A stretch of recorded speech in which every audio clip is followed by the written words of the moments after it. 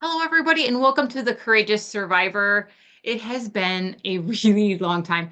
Kerri's with me today.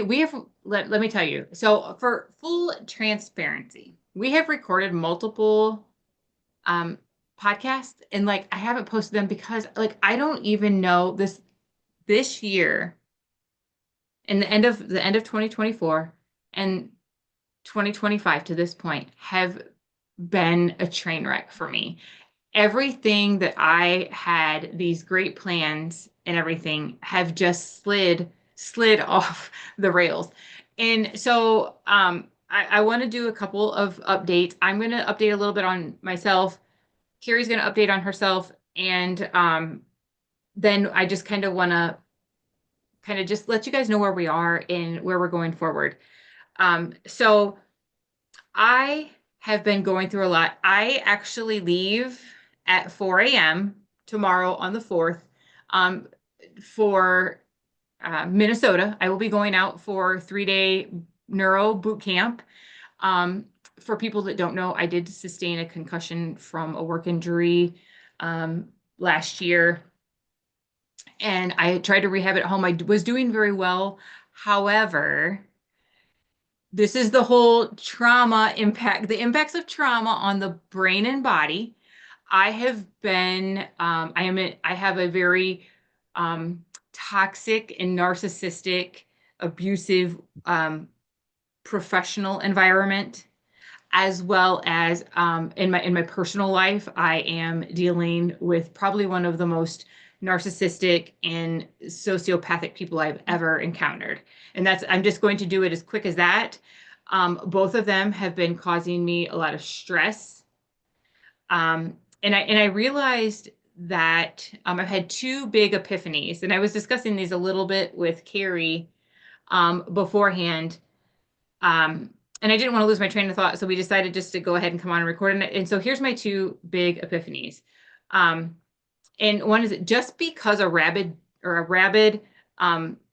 dog continually barks, you don't have to engage. You don't have to throw the stone. You don't, sometimes it's just better to walk away and ignore that. Like, you cannot rationalize or win against narcissistic sociopaths. So, for instance, and I have posted this on my social media recently, the Gabby Petito and, Brian murdering her. Even in his death, in his suicide letter, he had this big grandiose lie about a mercy killing. For like, you cannot, these people will go to their grave lying and manipulating and stuff, and so you just have to not engage. And I have made it very clear. In boundaries is very important. I have made a very clear boundary to everyone. I do not care about this person. I am moving on. So part of my new 2025 list is, when people say stuff and they want to come at me, I'm going to chuck it in my fuck it bucket and move on. Like, I don't care. Taking Just your gonna toys and going home. exactly. So that's number one. Number two is, and I don't even know this is going to make sense. Hopefully, Kerri knows me well enough if she can kind of probably maybe rephrase what I'm about to say. There is, as I have traveled, around the and done webinars with a lot of different, um, different levels of police, fire, EMS, judicial, healthcare, um, and stuff. Like, there has been a lot of conversations around white privilege. I live in a very rural area. I think people assume things about my political views. I am very neutral. Like, I think faith wise, political wise, like all that stuff, I try very hard to stay in the middle, and maybe a little this way sometimes, this, a little left or right, depending on the topic. I am not hardcore one way or the other. I feel like you can't. You cannot possibly be all things all the time. And the one thing, so I have never really kind of understood, and I had this like light bulb moment last night in the midst of almost having a panic attack and feeling like I was about to have a breakdown, crying, sobbing because I was so upset about some professional stuff that I'm, going through that I realized that I can't see the white privilege around me because I'm engulfed in it. Like I am a part of it. It is all around me and I don't have any other view. It's like kind of like when you have a child that is being really bad and maybe they're the instigator, we automatically are not my son. You know what I mean? Like and that has been a big, huge thing for me today of, I still have a lot of growth and I have a lot of reflection to do. And so I emailed Kerri this morning and I said, any chance you can hop on and do a podcast? Because here's the my reason. And then we're going to go to Kerri kind of giving you an update on her life. I'm going to be coming back. In speaking with my doctor, I told him, I said, like, I am overstimulated. I am all these things. And first, number one priority, fix my brain. Like, I have to get it out there. We have to fix that. Number two is it's okay to step back, have boundaries, take a break, prioritize self-care. I am taking care of me and my health needs first. And then I'm going to come back and it's okay to not know exactly what the direction is because ultimately is all I have to do is take the next step forward. So over the next couple of days, I'm going to be on my social media updating on the different various TikTok, Facebook, Instagram, and social and YouTube. I'm going to be posting the videos of my neuro rehab. With that said, when we come back, we're going to do another podcast about what happened, what I learned out there, and then we're going to figure it out. Because having a plan, I feel like when you're in this work and having a plan, you have people who have so much trauma and emotional dysregulation, and they will try to sabotage you. And whether you believe, for me, I'm very faith-based. I feel like if I put that out there, it's like Satan or whoever just comes along. And so guess what? For the rest of this year, Kerri and I are going to wing it. We're going to be talking about the things that are going in our lives every week. Sometimes there'll be more because there is just so much shit that happens because this is the courageous journey. Like the world is full of people who have trauma, who have hurt, who inflict pain, and people hurt us all the time.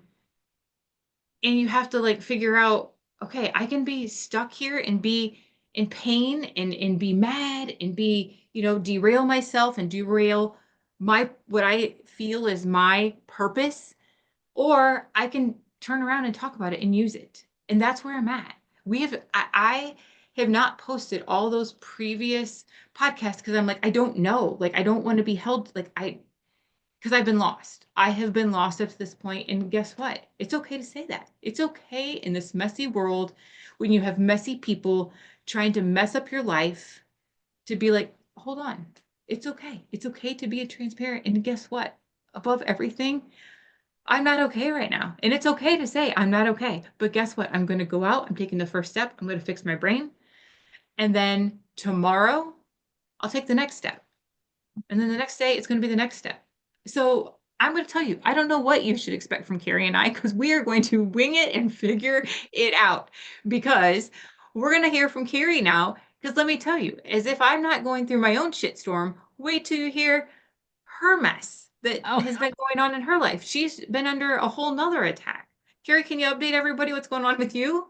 Oh, Lord. Well, and there's, everybody's got degrees of crap of what's going on. I mean, this year so far has been very difficult. My husband's been very ill. He just in the past month had back surgery. He is my life. I love him so much. And He is going to be 75 in July, and he is still working full time. And it is taking every single ounce of everything he's got to get up every day and go to work. I don't know how he does it. And so that has been, and that there was stuff going on last year. So, I mean, it's been happening for quite a while because of that stress, that also financial burden. He couldn't work for a while. And I mean, he went to work many times when he shouldn't have. And so that has really, really hurt us financially. And so we are really struggling money wise in a way that we have not in a long time. I mean, just trying to buy food right now is very, very difficult. And, um, then I work several different jobs, and, that's been kind of hit or miss. And, one of the jobs that I work does get, have to do with funding from the government. And a lot of the things that we were planning on doing and engaging in are now everything's on hold because, the new administration has now cut funding and stopped funding for everything.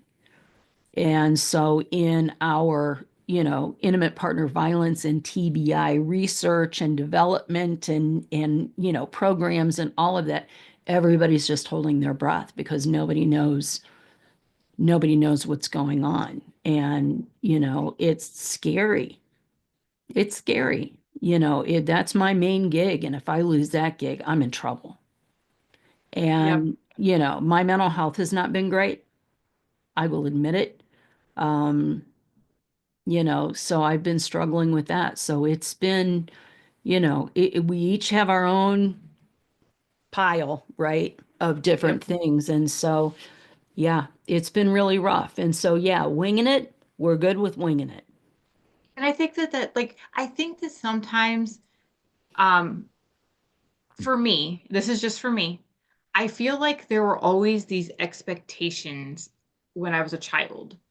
And I feel like sometimes we have those bars that we give ourselves to meet. And if we can't, we like for me, because there was always punishments if I didn't meet the bars, that I think almost in some ways I subconsciously punish myself now because I don't have, it's that child thing that expects that.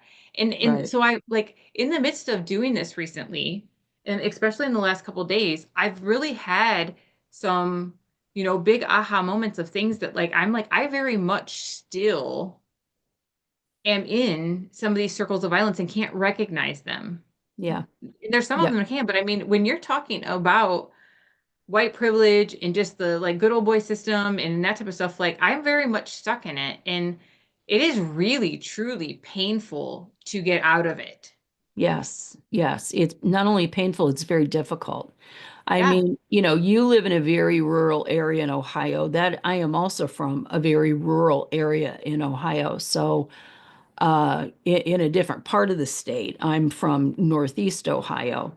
But I know exactly what it's like. And it is its own microcosm of stuff. Yeah. Everybody's in everybody else's business. Everybody is involved in everybody else's business. And, it is awful. Yeah. People won't even like it's funny how people tiptoe. And I think it's because, I'm considered that liberal girl who's always, raising hell about stuff. People won't even there's people who, and I don't know why, but they go and they talk to my significant other instead of coming directly to me. Well, Now, because, I yeah, can't decide if it's because they don't want to be confrontational because I won't take it, or if it's because it's still that there's still that the man's the head of the household. What's he saying?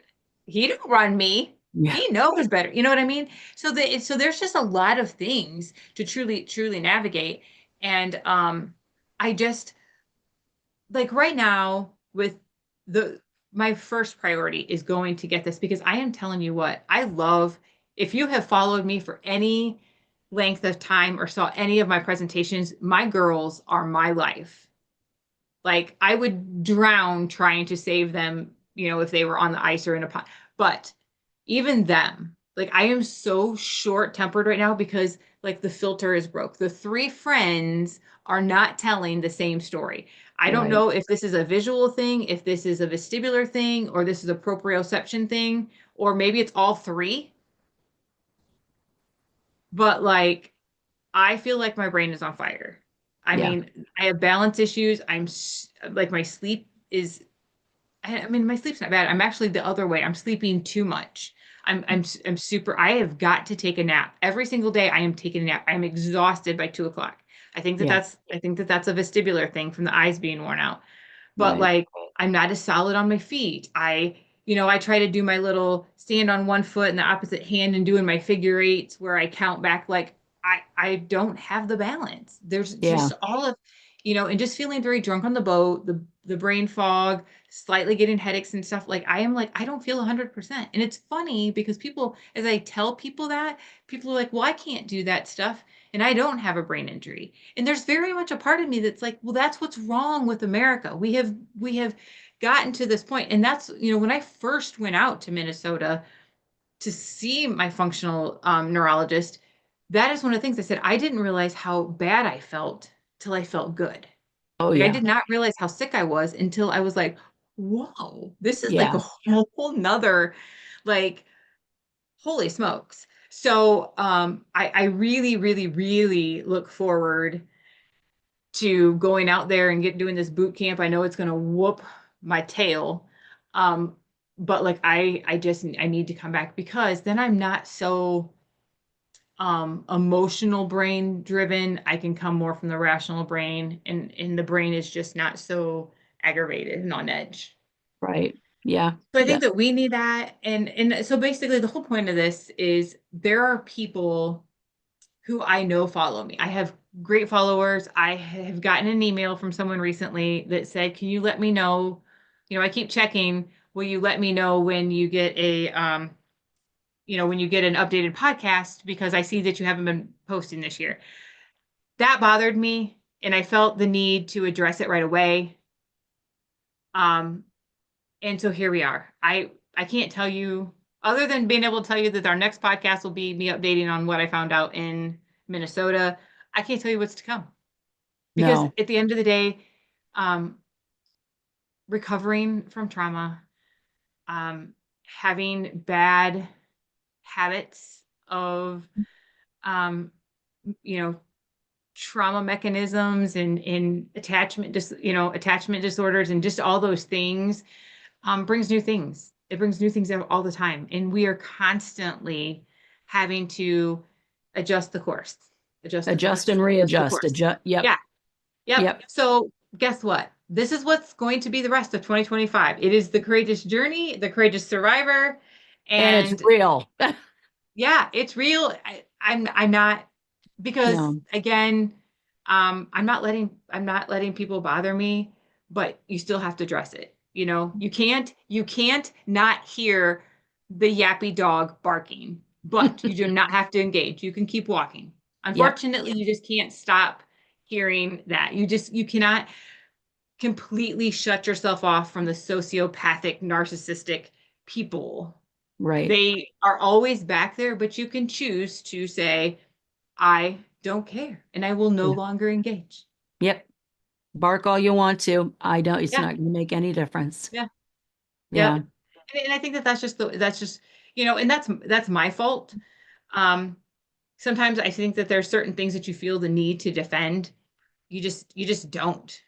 Yeah. Well, and it's I not, think that there's certain things you just don't have to defend. If no. people really want to know, they'll get in contact with you. Yeah.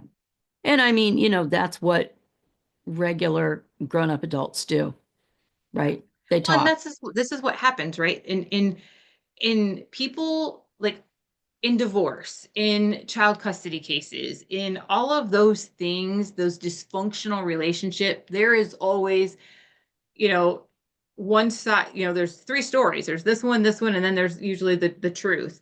And I think that people have to just realize that like you can't convince people. Mm-mm. people will make their mind out, and who cares? Who cares what everybody else says? Right, right. That's true. But there's always that piece of us that feels like we have to make ourselves. And I think it's a lot of those of us that went through abuse as children and neglect.